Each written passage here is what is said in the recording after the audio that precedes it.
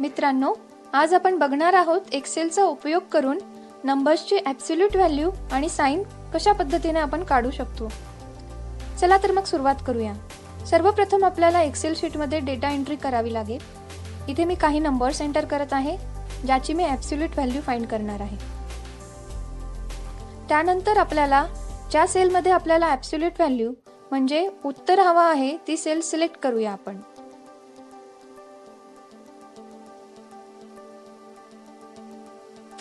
त्या सेलमध्ये equal to sign कीबोर्डवरनं press करूया।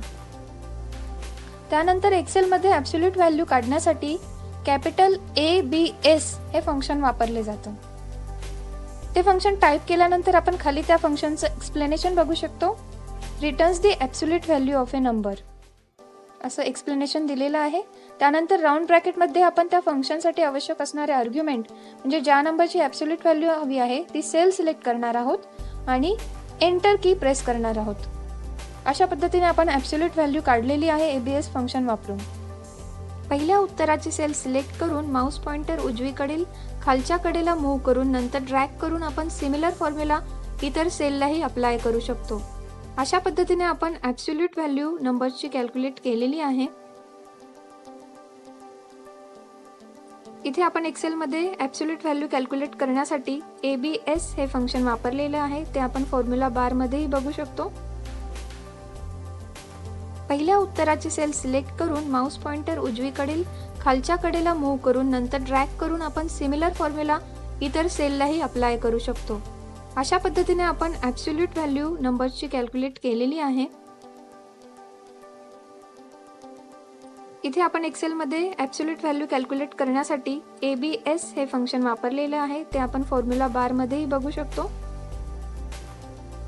आता आपण सिमिलर डेटावर साइन फंक्शन वापरणार आहोत। त्यासाठी प्रथम ॲब्सोल्यूट व्हॅल्यूज डिलीट करून घेऊया। आउटपुटसाठी एक सेल सिलेक्ट करूया, त्यामध्ये इक्वल टू साइन प्रेस करूया। एक्सेलमध्ये साइन फंक्शनसाठी SIGN वापरले जाते। साइन फंक्शन निगेटिव्ह नंबरसाठी -1 रिटर्न करते, पॉझिटिव्ह नंबरसाठी +1 आणि 0 साठी 0 रिटर्न करते। आर्ग्युमेंट म्हणून आपण ज्या सेलची साइन काढणार आहोत तो नंबर सिलेक्ट करणार आहोत आणि एंटर की प्रेस करणार आहोत। अशा पद्धतीने आपण SIGN फंक्शन वापरून एक्सेलमध्ये नंबरची साइन काढू शकतो। 10 पॉझिटिव्ह असल्यामुळे आपल्याला इथे 1 आउटपुट मिळत आहे आणि आपण ड्रॅग करून सिमिलर फंक्शन इतर सेललाही वापरू शकतो। -20 साठी आपल्याला -1 आउटपुट मिळत आहे। अशा पद्धतीने आपण साइन फंक्शन एक्सेलमध्ये वापरू शकतो।